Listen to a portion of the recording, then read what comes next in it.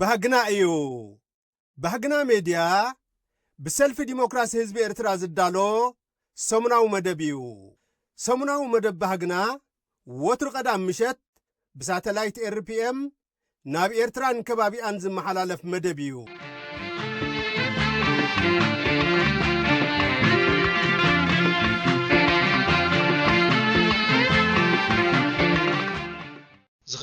زخبركم انتقاتات بهجنا ميديا سنايكم الناتمننا أبنايلو ممدبنا حصرت زيناتات كابنت فتات سلف خهلونا ايو اسعبنا من قد هيقدفن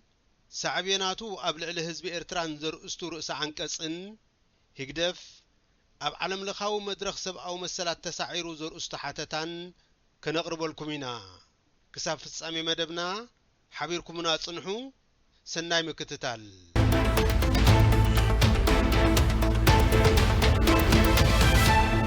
فصام شماغله سلفي ديمقراسي حزب إرترا مدب اخيبو اكايدو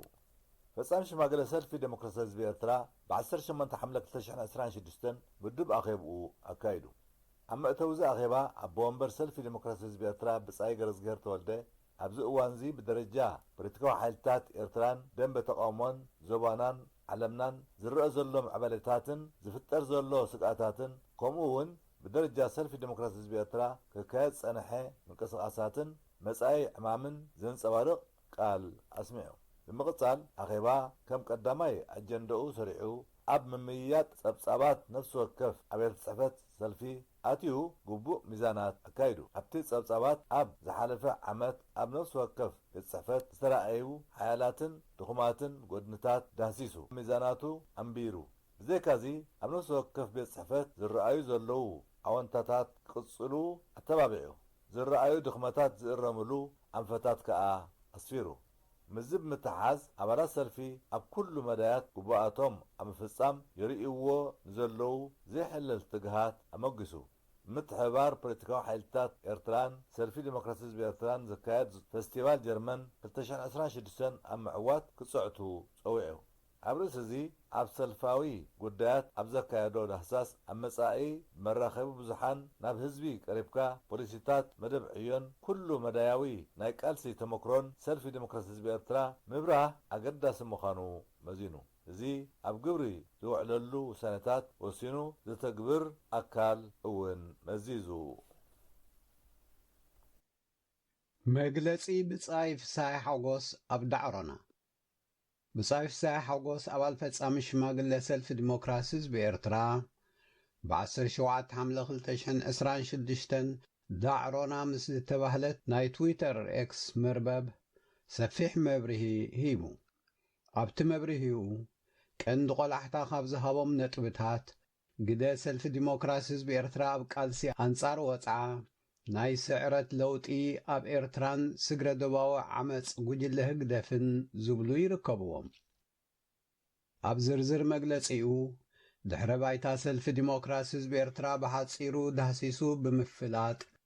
እቲ ሰልፊ ብዛዕባ ዘካየዶም ጉባኤታትን ብውሳነ ጉባኤ ዝምራሓሎም ትካላትን ትካላዊ ሰራርሓን ንተሳተፍቲ ብኣብነት እናሰነየ ኣረዲኡ ኣተሓሒዙ ኸኣ سلف ديمقراسي حزب إرترا كم سلفي اب كل مدايات كاب زكايدوم نطفتات ابنتات تقيسو اتعايزون سلف ديمقراسي حزب إرترا نتساتفو من اسياتن دك انستيون زهو قلاحتا ازيو عزوز مخانو املكتو بمتعاز ادلاينت ودباوي كوني حباراو نايتقالست حدنت زملكت ابريهو تمكرون قدن سلف ديمقراسي حزب إرترا بزمداي كمي كم زمسل أسفيحو تغيسو بزعباتي أبدن بتقاومو إرترا بحوار زك قالس مدرخ نمتقطاح زقبر زلو قالس دما نأكواو نانان نايك ساب حجي تمكرون بوليتكاو حيلتات إرترا كم أبنت بمتقاس قليسو سلف ديمقراسي حزب إرترا نملع عال يأكل كون بريغد نحمدو كم هزباوي معبلات كاب مجمرتو كم زنقد تقيسو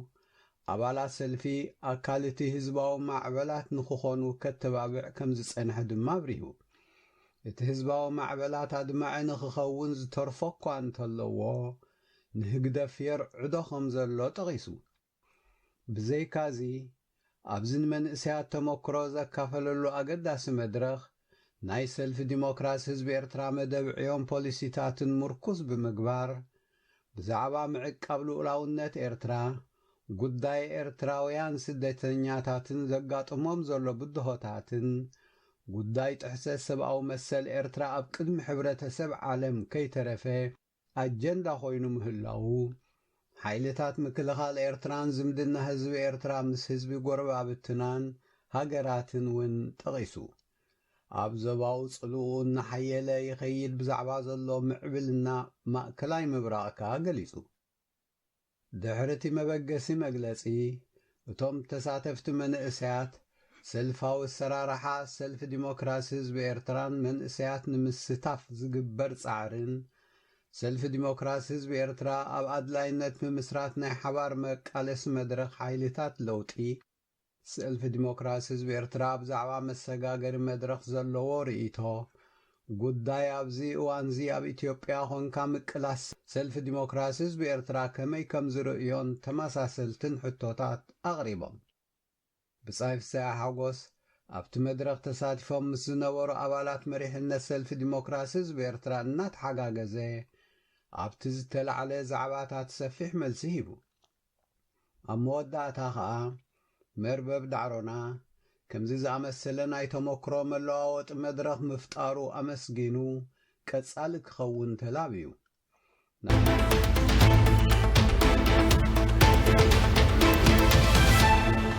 ክቡራትን ክቡራንን ሰማዕትና መንገዲ ህግደፍን ሳዕቤኑ ኣብ ልዕሊ ህዝብን ብዝብል ኣርእስቲ ንሎም ዝተዳለወ ርእሲ ዓንቀጽ እንሆ ዘቕርበልኩም ኣስገደት ምሕረት ኣብ እየ ህግደፍ ዝተኸተሎ መንገዲ ግጉይን ህዝቢ ኣብ ግምት ዘይእቱን ዘይሓላፍነታዊ ምዃኑ ርዱእ እዩ እዚ ኣብ ዲፕሎማስያዊ ዝምድናታት እውን ጎሊሑ ከም ዝረአ ተመክርኡ ይምስክር ከምኡ ስለ ዝኾነ ኢኻ ኩሉ ዝምስርቶ ዝምድናታት ዕድሚኡ ሓፂር ውፅኢቱ ድማ ንህዝቢ ኣብ ናይ ውግእን ድኽነትን ዓዘቕቲ ዝነቁት ሱዳን የመን ጅቡትን ኢትዮጵያን ከካይዶ ፀንሐ ዝምድናታት ድማ ብመንፅር እዚ ዝምዘን እዩ እቲ ዘሕዝን ከዓ ናይቲ ብሰንኪ እዚ ግጉይን ኣርሒቑ ዘይርኢ እንተበላፂ ዝምድናታት ናይቲ ጉጅለ ዘጋጥም ኩሉ መደያዊ ዕዳ ብሓፈሻ ህዝቢ ኤርትራ ብፍላይ ከዓ ኣብተን ህግደፍ ዝምድና ፍሪሱ ዝበዓሰን ሃገራት ዝነብር ኤርትራዊ ክኸፍሎ ዝፀንሐን ዘሎን ምዃኑ እዩ እቲ ኢሳያስ ባዕሉ ከይተረፈ ደጋጊሙ ናይ ዶብ ከም ዘይነበረ ዝተኣመነሉ ውግእ 1998 ክሳብ 2000 ዝተኻየደሉ ኣብ መላእ ኢትዮጵያ ብፍላይ ድማ ኣብ ልዕሊ እቲ ኣብ ከተማ ኣዲስ ኣበባ ዝነበረ ኤርትራዊ ዘጋጠመ ምክልባትን ምርሳይን ምብኻን ዓመታት ሰሪሑ ዘጥረዮ ንብረትን ዘሕደሮ ኣሉታዊ በሰላ ዝርሳዕ ኣይኮነን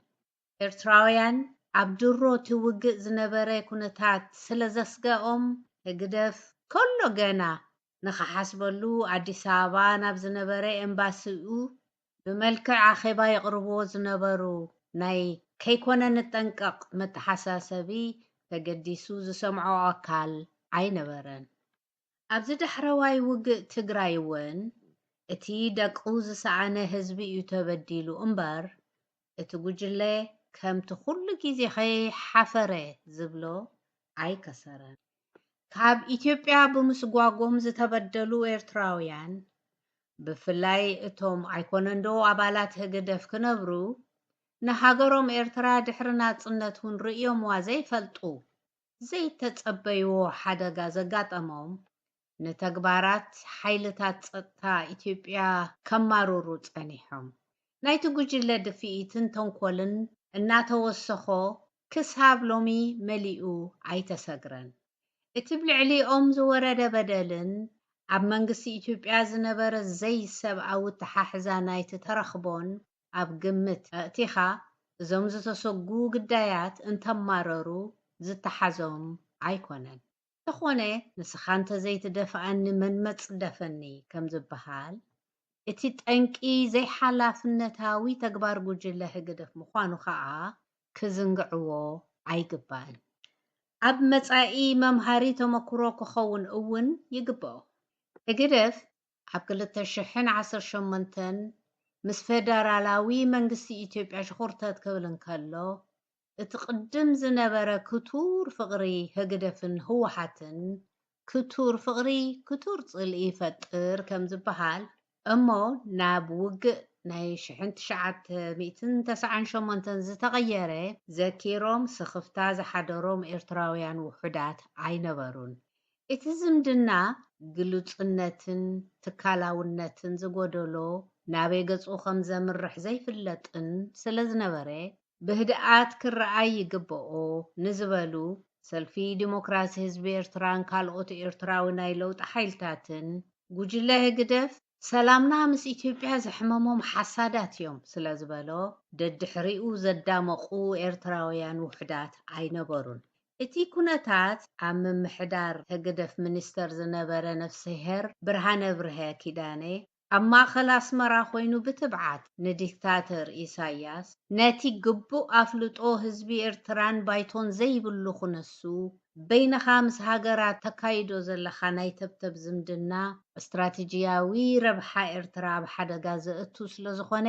ጠጠው ኣብሎ ከም ዝበሎ ዝዝከር እዩ ስለዚ ኤርትራውያን ንናይ ቀረባ ግዜ ስንክፍናን ጥልመትን ዘንጊዕካ ደድሕሪ ህግደፍ ምዕንዳር ባዕልኻ መውፀኡ ናብ ዘጸግም መጻወድያ ምእታው ምዃኑ ክንግንዘብ መተገበአ ኣብ ኢትዮጵያ ኣብተን ቅድሚ ምኽታም ስምምዕ ፕሪቶርያ ዝነበራ ውሑዳት ዓመታት ኣብ ኣዲስ ኣበባ ክረአ ዝጸንሐ ወደኽደኽ ገለ ኤርትራውያን ከዓ ነዚ ዘርኢ እዩ ዲፕሎማስያዊ ፖሊሲ ህግደፍ ኣብ ሓፂር በይናዊ ተጠቃምነት ዘተኩር እምበር ኣርሒቑ ዘይጠምት ብምዃኑ ድሕሪ ስምምዕ ውዕል ምቁራፅ ተጻብኦ ፕሪቶርያ ምኽታሙ ብዘርኣዮ ዘይምርግጋእ ተቓሊዑ እዩ ኣብዚ እቶም ተዓሽዮም ደድሕሪኡ ናብ ኢትዮጵያ ኸይዶም ወደኽደኽ ክብሉ ዝጸንሑ ደገፍቱ ጥራይ ዘይኮኑ መንግስቲ ቀዳማይ ሚኒስተር ኣብይ ኣሕመድ እውን ሰቲ ነስኒሱ ብጫ ምንጻፍ ዘርጊሑ መጺኻ ኣለይዶ ክጽበየካ እናበለ ባዕሉ ብዝጎተቶ ተመን ግዳይ ካብ ምዃን ኣይደሓነን ህግደፍ ኣብ ኢትዮጵያ ዝሸምጠጠ ምሸምጠጠን ክቕጽል ከም ዘይክእል ምስ ተረድኦን ድሮ ንኣብይ ኣሕመድ ሕቁኡ ሂብዎ በዚ ከይተወሰነ ኣንጻር መንግስቲ ኢትዮጵያ ምስ ካልኦት ኪዳን ክሳብ ምምስራት በፂሑሎ በዚ ዝተቆጣዐ ቀዳማይ ሚኒስትር ኢትዮጵያ ብዘይካቲ ብዛዕባ ውድብዶ ገምገም ቀይሕ ባሕሪ ክዛረብ ዝውዕሎ ዘሎ ኣብ ቅድሚ ፓርላማ ከይተረፈ ደጊም ብሕጊ ዝዛመደና እምበር ንግዚኡ ዝብለፀልናን ኤምባሲ ከፊቱ ዶላር ክእክብ ምዝውዕል ኣካል ክንዛመድ ኣይንደልን ኢና ዝበሎ ናብ መን ዘቕንዐ መልእኽቲ ምዃኑ ምርድኡ ዘጸግም ኣይኮነን ነዚ ምጥልላም ኣብ ርእስቲ ኢሳያስ ደጋጊሙ ክምድሮ ዝጸንሐ ጸሓፊ ህግደፍ ነበር ነፍሲሄር አልኣሚን መሐመድ ስዒድ ኣብ ኤሪ ቲቪ ምስ ጋዜጠኛ ይስሓቅ መሓሪ ኣብ ዘካየዱ ቃለ መሓትት ኢትዮጵያ ንኸይትገማማዕን ከይትብተንን ጉዳያ ከትፈተን ከምኡ ድማ ወያነ ናብ ስልጣን ከይትምለስ ክንሰርሕ እዩ እምነተይ እዚ ድማ ናይ መንግስትና እምነት እውን ክኸውን እየ ዝደሊ ዝበለ ክውሰኾን ከሎ ኣዝዩ ዘገርም ምግልባጥ እዩ ኣብዚ እዋን እዚ ኤርትራውያን ኣብ ኢትዮጵያ ብፍላይ እቶም ካብ ተመክሮ ዘይተማሃሩ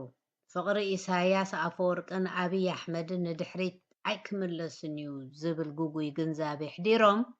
ዝትንክፈና የለን ብዝብል ኣጉል ጉርሒ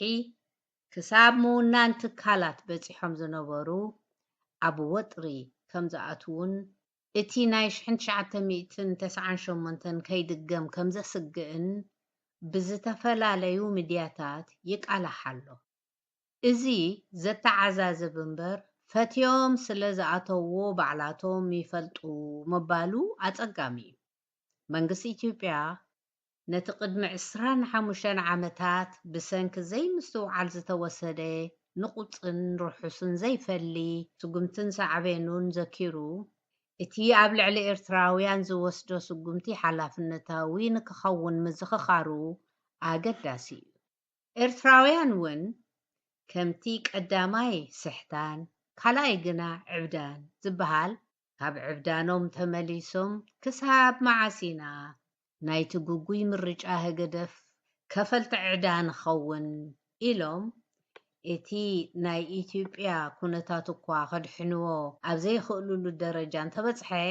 ኣብ ካልኦት ሃገራት ካብ ምድጋሙ ክዕቀቡ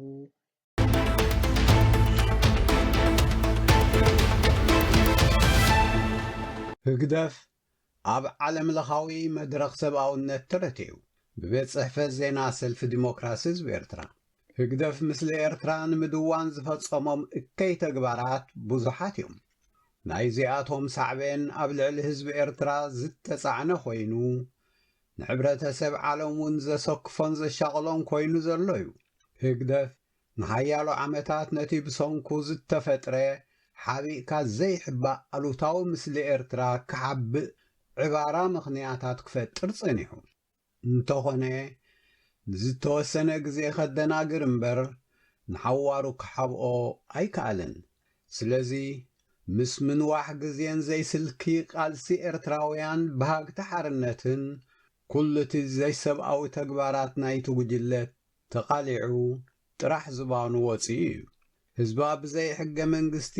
ብዊንታዊ ልቀ መላኺ ዝድሃኽ ዝብል መግለፂ ኤርትራ ካብ ዝኸውን ነዊሕ ግዜ ኮይኑ ኣብ ኤርትራ ፍትሕን ፍርድን የለን፣ ተገዲድካ ናብ ውትድርና ምኻድ ከም ንቡር ተወሲዱ፣ ዝኣመንካሉ ምዝራብን ምጽሓፍን የሰውርን የቕትልን፣ ሰባት ምስ ተኣስሩ ብኡቢሎም ሃለዋቶም ይጠፍእ፣ ነፃነት እምነት የለን ወዘተ ዝብሉ ናይ ብዙሓት መድያታትን ብምዕቃብ መሰረታዊ መሰል ወዲ ሰብ ዝግደሱ ኣካላትን ኤርትራ ክትለዓል እንከላ ከይተጠቕሱ ዘይሓልፉ ካብ ዝኾኑ ዓመታት ሓሊፉ። እዚ ኸዓ ሓባኢ ባህሪ ጉጅለ ህግደፍ ከም ዝተሳዕረ ካብ ዘርእዩ ሓደ እዩ። ናይዞም ተጠቕሱ ሰብኣዊ ሃስያታት እኩብ ድምር ግህሰት መሰረታዊ ዲሞክራስያውን ሰብኣውን መሰላት ኣብ ኤርትራ ተባሂሉ ዝጠቓለል ኮይኑ ኣሎ። ብሓፈሻ ኩሎም እዚ ሰብኣዊ ዛዕባ ዘገድሶም ትካላት ብፍላይ ከዓ ኣካል ውድብ ሕቡራት ሃገራት ዝኾነ ባይቶ ሰብኣዊ መሰላት ንኹነታት ኤርትራ ቀጻሊ ምክትታል ክገብሩሉ ጸኒሖምን ኣለውን። ከም መግለጺ ፍሉይ ተገዳስነትን ቆላሕታን ናይ ምሃቡ ከዓ ካብ ወርሒ ሓምለ 2012 ጀሚሩ ፍሉይ ሪፖርተር ሰብኣዊ መሰል ኤርትራ መዲቡ ብቐረባ ክከታተል ጸኒሑን ኣሎን። ናይቲ ዝምደብ ፍሉይ ሪፖርተር ተልእኾ በቲ ሓደ ወገን ኩነታት ሰብኣዊ መሰል ኤርትራ እንታይ ከም ዝመስል ኣጽኒዕካ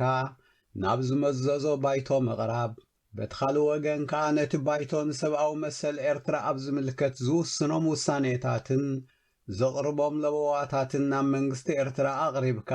ፍታሕ ንኽረኽቡ ምክትታል እዩ። ካብቶም ጉዳይ ሰብኣዊ መሰል ኤርትራ ንኽከታተሉ በብግዚኡ ዝተመዘዙ ሸይላ ቢኪታሩስ ብ2012፣ ዳንኤል ክራቨትስ ብ2018፣ ከምኡ ድማ ዶክተር መሐመድ ዓብደሰላም ባብክር ብ2022 ሓላፍነት ዝተዋህቦም ክኢላታት ዋላ ሓደ ኣብ ኤርትራ ኣትዩ ኩነታት ሰብኣዊ መሰል ናይ ምዕዛብ ፍቓድ ኣይረኸበን። ህግደፍ ነቶም ሪፖርተራት ናብ ኤርትራ ከይኣትዉ ክኽልክለሉ ዝጸንሐ መሰረታዊ ምኽንያት ጨካንን ዘይሰብኣውን ተግባራቱ ስለ ዝፈልጥ ኣበሩ ንምሕባእ እዩ። ምናልባት እውን ምስቲ ኣብ ኤርትራ ኢንተርኔትን ካልእ ናይ ርክብ መሳለጥያታትን ዕጽውን ምዃኑ ንዓዋሩ ዝሕባእሉ መሲልዎ ይነብር። እንተኾነ ኣንጻር ሓድሽ ምዕባልየ ዝምክት ዓቕሚ ክህልዎ ስለ ዘይከኣለ እቲ ኸዓብኦ ዝደለየ ምስ ምንዋሕ ግዜ ኣይከኣለን። ብፍላይ ከዓ ብሳላ ብህዝቦውን መሰረታዊ መሰላቱን ዝግደሱ ኤርትራውያን ብዝረኸብዎ ዕድል ተጠቒሞም ዘይሰብኣዊ ተግባራት ህግደፍ ንምቅላዕ ዝገብርዎ ዘይተቖጠበ ቃልሲ ሎሚ ብዛዕባ ኩነታት ሰብኣዊ መሰል ኤርትራ ዝተሓብአ የለን። ህግደፍ ናብ ዝኸደ እንተኸደ ጉዳይ ጥሕሰት ሰብኣዊ መሰልን ብሰንኩ ዝተፈጥረ ዋሕዚ ስደተኛታትን መሕለፊ መገዲ ስለ ዝኸልኦ ብፍላይ እቲ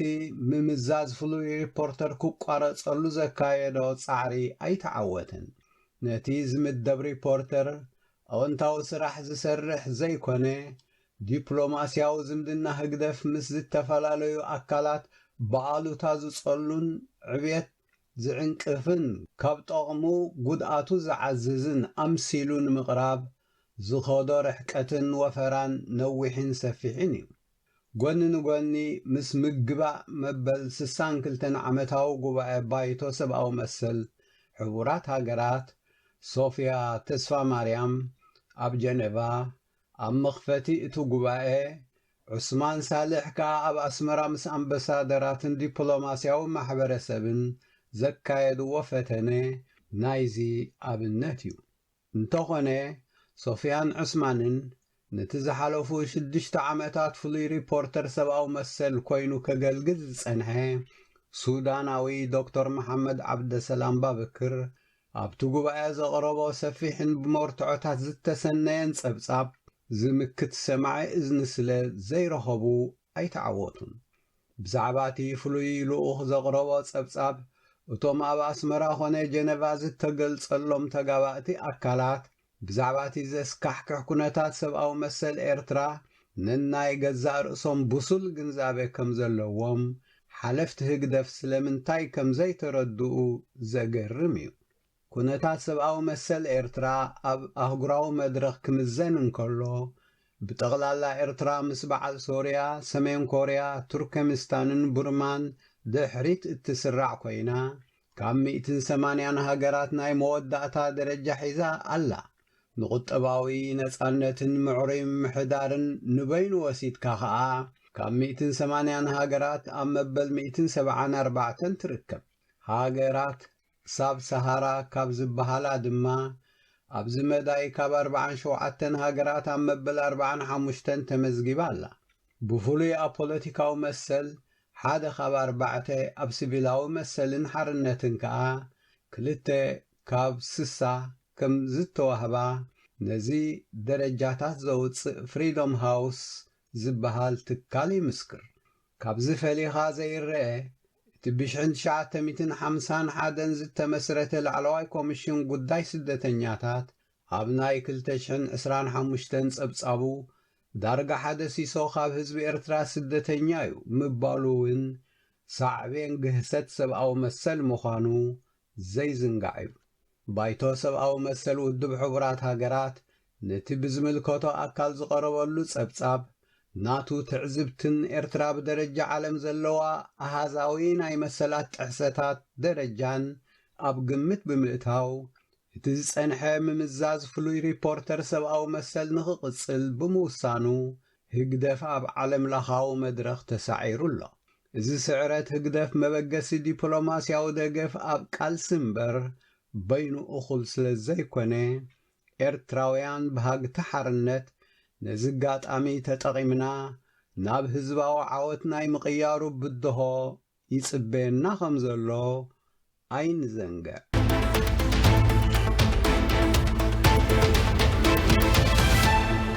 ሰማዕትና ንሎሚ ዝተዳለወ ናይ ትግርኛ መደብና ኣብዚ ይፍጸም። ኣብዚ መጽእ ሰሙን ብኻልእ ትሕዝቶ ክሳዕ ንራኸብ ሰሰናይ ተመኒና ንሰናበተኩም።